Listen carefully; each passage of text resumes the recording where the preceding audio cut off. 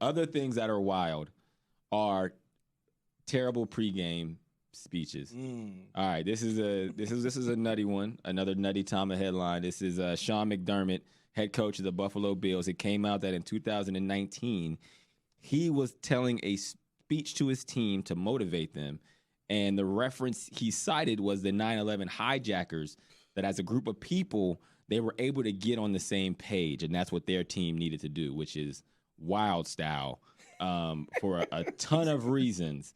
And we need reactions, Joe. We'll start with you as always. Sean McDermott referencing hijackers working together on 9/11 as a way to motivate his team. Where does that rank for you as far as the worst speeches you've ever heard in your life? I've heard a lot of bad ones, but this is up there. I can't imagine how he could have put any thought into giving a pregame speech to his team if he thought that this was the appropriate speech to go with and the appropriate reference to guys just doing a great job with teamwork to accomplish a common goal. If I was sitting there, I would have been shocked and probably maybe talked to the coach after the fact. But I think the larger problem is a lot of times first-time head coaches especially, they think that every game needs like this giant, big, rah-rah speech to get the guys going. And so a lot of coaches, because I had a lot of first-time coaches in Cleveland, they put a specific part in the schedule for them to give this like fire and brimstone speech.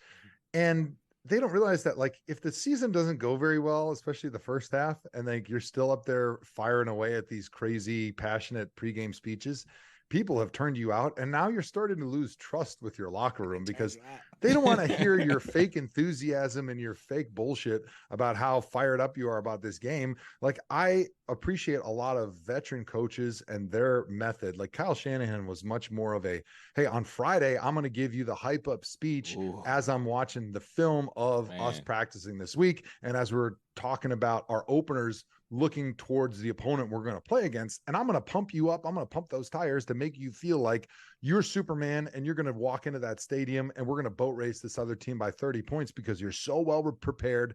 Our game plan is so tight, and I'm going to show you on film why you can execute our game plan and kick this team's ass. And then on game day, like, just let the dudes be in their own space. Like, if they need a couple, words of wisdom, after you saw them maybe out there during the warmups, then it's called for. But you should never have to always feel like you're obligated to give a pregame speech with all this emotion, because when keeping it real goes wrong, it goes very wrong, as we've seen here with Sean McDermott referencing the old 9/11 hijackers as a great team. I mean, honestly, I can't think of a worse speech. I'm trying to think of like what would be the worst version of a speech. Juju, you got anything? What would be a worse speech?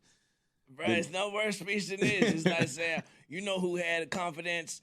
John Wilkes Booth, when he stepped into that booth with Abraham. Like, no, brother. This is a prime example. What I say, Sean McDermott is not the leader of men to lead the Buffalo Bills to this championship that they need, brother. There's so many reasons that this is.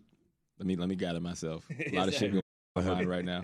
If this was football Illuminati, I would tell you that this, just like Bill Belichick being on College Game Day and showing personality means he's done, this report coming out from 4 years ago means somebody's had this in the chamber waiting to be like, hey, man, it's time to move. We got to start to turn the tide on this dude. Here's a good story. We'll start with this. This will do it. Absolutely. Everybody, just like Juju, was like, I'm out on Sean McDermott. Mm-hmm. The other one?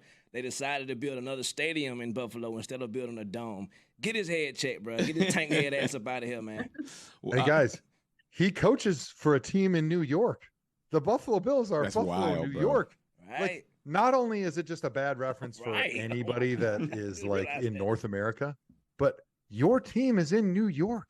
Like, this is just tragedy written all over it for everybody involved. Literally tragedy written all over the speech. And sorry, what do we think the chances are it was Ken Dorsey that released it? I mean, the timing kind of added up there. Football Illuminati. That is exactly who gave that. I got something for you. You want to fire me mid-season, buddy boy? Okay, buddy boy. Let's start there. All right, so we got to wrap this segment really quick, but I do want to give a shout out to some of the worst pregame speeches or speeches I've ever heard.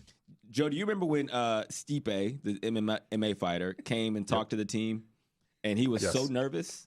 Very nervous. I mean, it was like a 6-year-old was talking, but nobody would say or laugh because they'd be like, "Yo, he's going to kick our ass if we say anything." By far, one of the worst speeches I've ever heard. The other one was when I signed with New England in an offseason, and this is 2017. And I'm like, I actually retired from New England before the season even started because I'm like, do I really want to do this? This place kind of sucks. Just in general, my knees are hurting real bad. And it was Memorial Day weekend, and Belichick brought in a guest speaker who I believe he either was in the Marines or, a military guy for sure, because that's Belichick's style. Yeah. And in his speech, I'm one of the new guys. Brandon Cooks is one of the new guys. And Brandon Cooks was on the other side of the room. And in his speech, he's talking about Memorial Day. And this is like right around the time Kaepernick and all that kind of stuff was going on in the league. And he ventures the speech into basically like how slavery was good for black people to get to this country. And then no matter how you got here, you should be. And I'm sitting there and I'm looking around the room like, yo, what the fuck is this dude talking about? And nobody was batting an eye except Brandon Cooks. We look at each other from across the room like, yo, where the hell are we at? And I'm like, yeah, this ain't gonna work for me. I'm good on this. And I retired shortly after.